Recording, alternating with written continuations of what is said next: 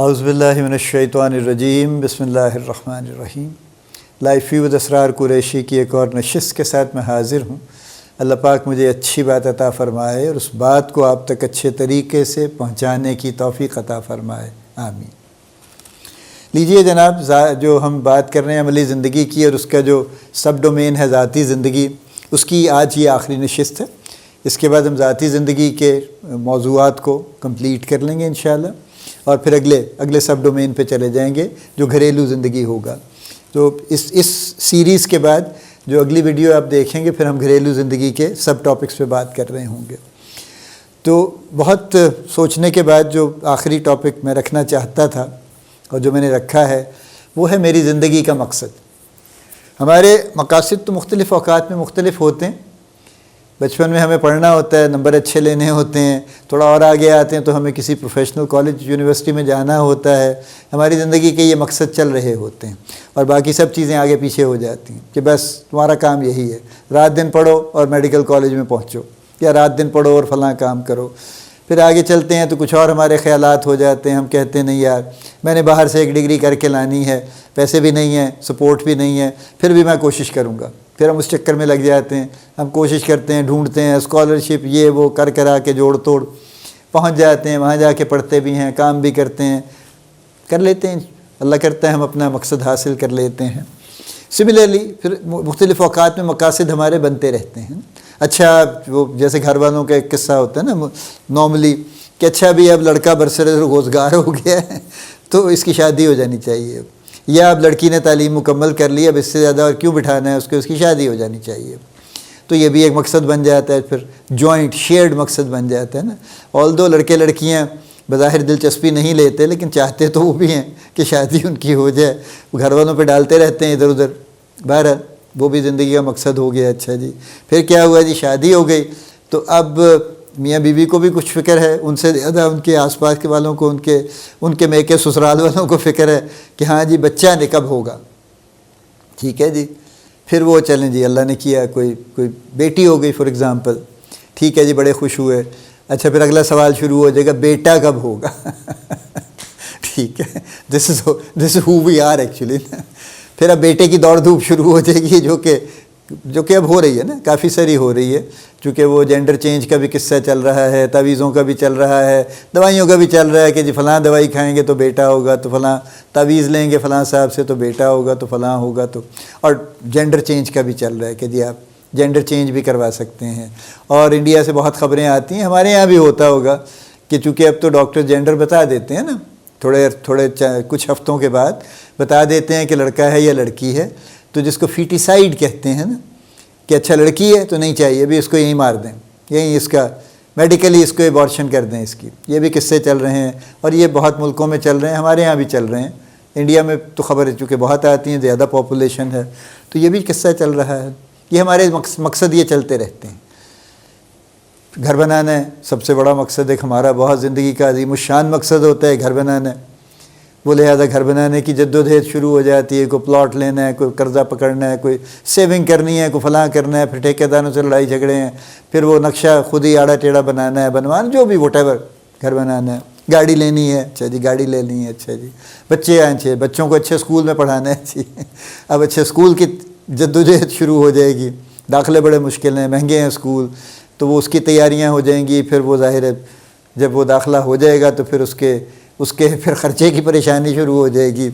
یہ ہمارے مختلف مقاصد ہیں اور یہ چلتے رہتے ہیں، یہ کبھی باز نہیں آتے، ٹھیک ہے نا جی۔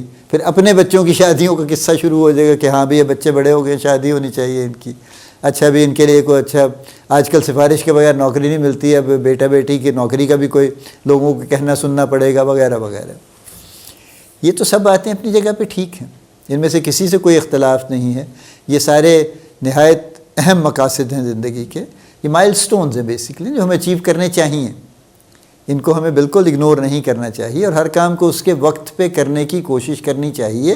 اس کے باوجود ہر چیز ہمارے اختیار میں نہیں ہوتی، تو کچھ کام وقت پہ ہوتے ہیں، کچھ نہیں ہوتے، اور کچھ کبھی بھی نہیں ہوتے، کوئی بات نہیں، ٹھیک ہے، this is life, this is how life is made actually. میرا سوال ڈیفرنٹ ہے، میرا سوال یہ ہے کہ میری اس پوری زندگی کا مقصد کیا ہے، اور وہ مقصد ایسا کوئی کیا ہے جو میں لے کے مستقل چل رہا ہوں. میں آپ کو اگزامپل دیتا ہوں تو آپ کو بہت بات کلیئر ہو جائے گی. ہمارے ہاں بہت بڑا نام ہے عبدالستار ایدھی صاحب کا. ان کی زندگی کا ایک مقصد تھا نا کہ انہوں نے لوگوں کی فلاح و بہبود کے لیے کام کرنا تھا اور انہوں نے خاص طریقے سے کام کرنا تھا.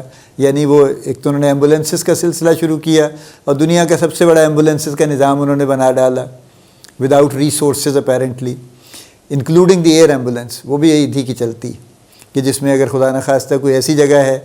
ہمارا ایک کولیگ اپنا بھی ہمارا ایک مرتبہ اس کا ایکسیڈنٹ ڈی اے خان میں ہوا تھا and he needed to be lifted to Karachi actually. تو اس کو وہ ایدھی کی ایئر ایمبولینس پہ ہی لے کے آئے تھے کراچی ڈی اے خان سے. سو وہ بھی انہوں نے کر ڈالا. پھر یہ جو بچوں والا معاملہ تھا کہ جی آپ ان کو اگر اس طرح کا کوئی انوانٹیڈ بچہ ہے تو اس کو اب ڈال دیں جھولے میں. انہوں نے اپنے سینٹرز کے باہر جھولا رکھا ہوا ہے, اس میں ڈال دیں, نو کویسچنز آسکڈ, اور وہ اس کی پرورش کریں گے, اس کو تعلیم دلوائیں گے, اس کو جہاں تک بھی لے کے جا سکتے ہیں لے کے جائیں گے, شادی وادی کا بھی سلسلہ کریں گے, سب کچھ کریں گے. ایک آدمی ایک لے کے چلا, اور اس طرح کے کئی لوگ آپ دیکھتے ہیں جنہوں نے میں یہ نہیں کہہ رہا ہوں صرف ان سے انسپائر ہوئے ہیں, ان کی اپنی اپنی انسپریشنز ہیں اور انہوں نے بڑے بڑے کام کیے. سملرلی کسی نے تعلیم کے شعبے میں بہت کام کیا ہے, کسی نے سائنس میں بہت ریسرچ کی ہے, کسی نے میڈیکل میں بہت اعلیٰ کام کیا ہے.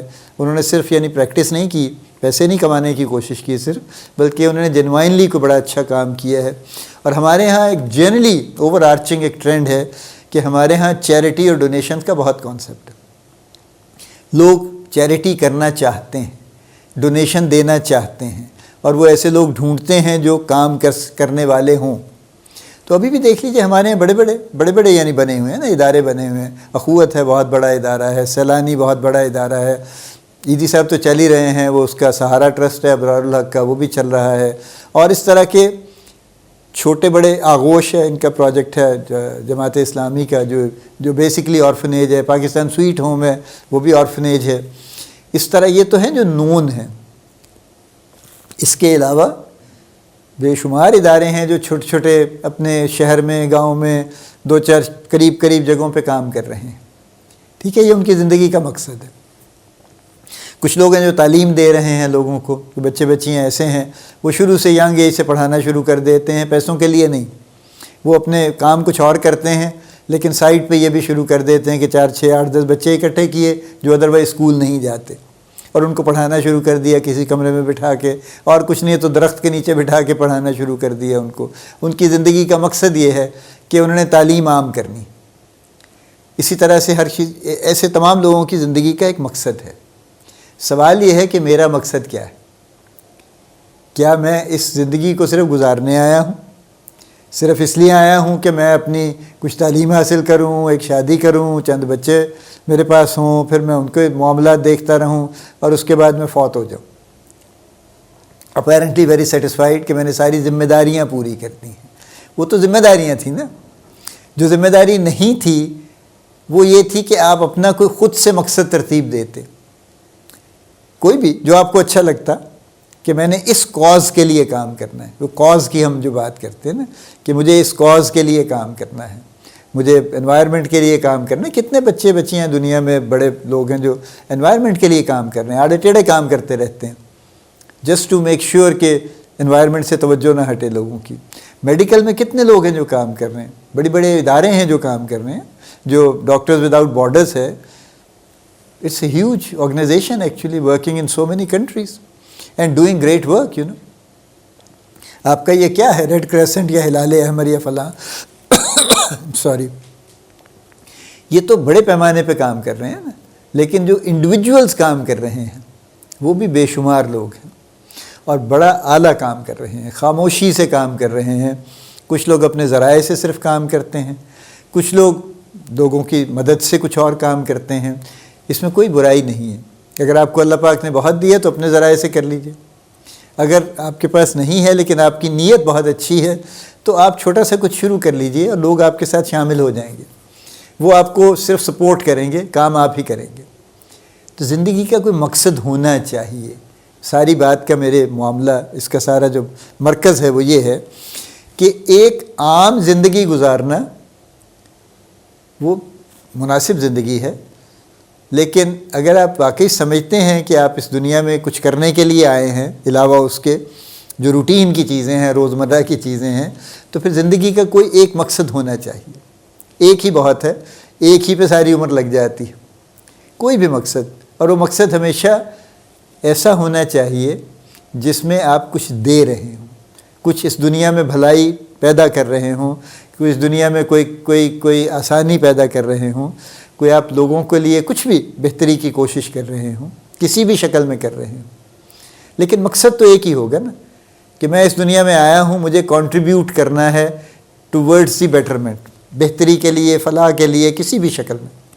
وہ زبانی بھی ہو سکتی ہے، وہ پیسوں سے بھی ہو سکتی ہے، وہ کسی بھی طرح ہو سکتی ہے، لیکن وہ کرنا ہے.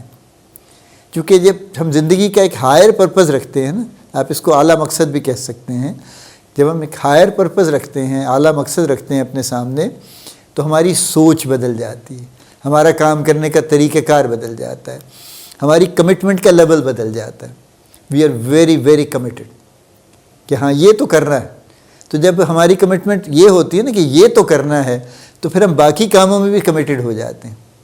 لیکن اگر ہمارا کوئی زندگی کا مقصد نہیں ہے، نہ ہم نے کبھی سوچا ہے، نہ کبھی بنانے کی کوشش کی ہے، نہ اس طرح سے کام کیا ہے، تو ہم ہمیشہ تیرتے رہیں گے ادھر ادھر، ہم کمیٹڈ شاید کہیں بھی نہیں ہوں گے. دیکھیں نا، کسی کا مقصد ہے میں نے پیسہ ہی بنانا ہے، فار ایگزامپل، اس میں بھی کوئی برائی نہیں ہے، ٹھیک ہے، پیسہ بنا لیجئے، اور وہ بڑے کمیٹڈلی پیسہ بناتے ہیں. اس سے آگے کیا ہے پھر؟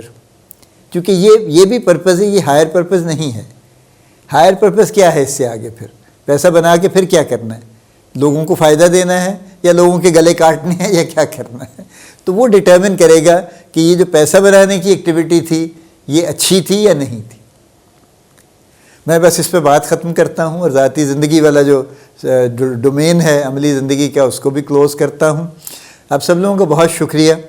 بڑی لمبی لمبی گفتگو بیچ میں ہوئی ہے، کہیں کوئی بات تھوڑی بہت کچھ سخت بھی ہو گئی ہوگی گفتگو میں. اگر کوئی بات آپ کے دل کو بری لگی ہے تو میں بہت معذرت چاہتا ہوں، معافی چاہتا ہوں آپ سے. اگر آپ کے ذہن کو بری لگی ہے تو میں کم معافی چاہتا ہوں آپ سے. اس کی وجہ یہ ہے کہ جو باتیں ذہن کو بری لگتی ہیں وہ ہوتی ہیں جو ہمیں کرنی چاہیے اور ہم نہیں کرتے. اس لیے میں اس کے لیے بھی معافی چاہتا ہوں، لیکن کم معافی چاہتا ہوں. اللہ پاک آپ کو بڑی کامیابیاں عطا فرمائے. اللہ پاک آپ کا حامی و ناصر ہو، ہم سب کا حامی و ناصر ہو. آمین.